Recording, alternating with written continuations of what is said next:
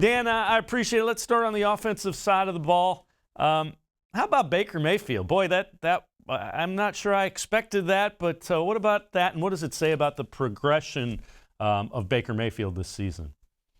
I mean, that had to be the best game that he's played all season. Maybe you could make the case the best game he's played in a Browns uniform. Certainly the best half of football he's played in a Browns uniform. So I think it just shows he's getting more and more comfortable in the offense. And the thing that it was to me was a little step forward for him as far as he spent all of November, and of course there was bad weather and all of that, but he spent a lot of November kind of taking care of the football and just managing what they wanted to do. And then on Sunday, kind of opened it up a little bit. He was more aggressive.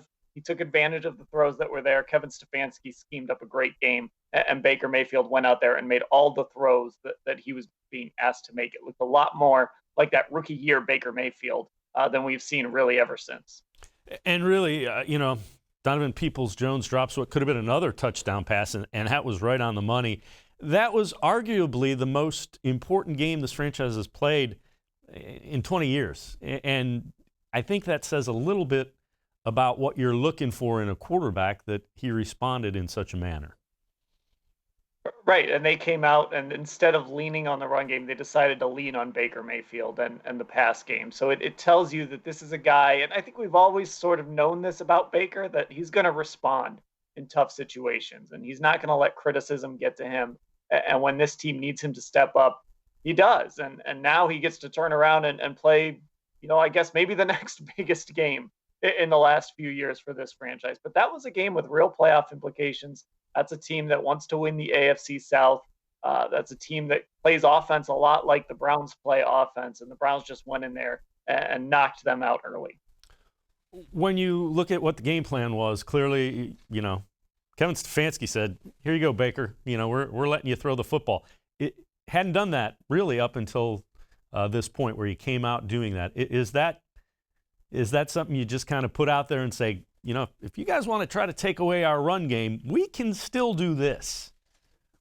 It is good to put that stuff on tape and to show that, hey, you've got to respect Donovan Peoples-Jones down the field, and you've got to respect what Rashard Higgins can do in the receiving core. But honestly, I think what it really tells you is this coaching staff isn't going to be pigeonholed. They aren't going to say, well, we're a running team, so we just go run the football.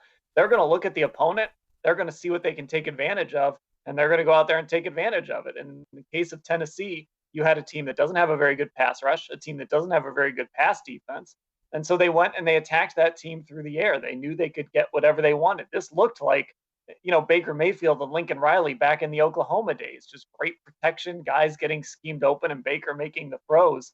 I think that's really the big takeaway here is this coaching staff looked at the matchup and they exploited it. They didn't just, pound their head against the wall and say, this is how we play football, so we're going to stick with it. They did what worked against the Tennessee Titans. Now they'll turn around and do what works against the Baltimore Ravens, and that's really how they approach this thing week to week. And that is, it sounds really basic, but we really haven't seen that. I mean, the play calling, the game planning, the scheming has differed from week to week, and if you sit and watch and are paying attention, it makes sense. That's kind of refreshing for Browns football, isn't it? Yeah, I mean, this is a coaching staff and a head coach that I don't think we've looked across at that sideline at any point this season and said, oh boy, this guy doesn't belong out there, or this guy's getting out coached or outsmarted. That doesn't mean that he's been perfect, because there's no such thing as perfection. But you've always felt like Kevin Stefanski had his finger on the pulse. If the team started slow or if he started slow as a play caller, it changed over the course of the game. And we just keep seeing a head coach that has a really good grasp of how to put his guys in the best position to succeed based on that week's matchup, not just based on what they want to do over 17 weeks.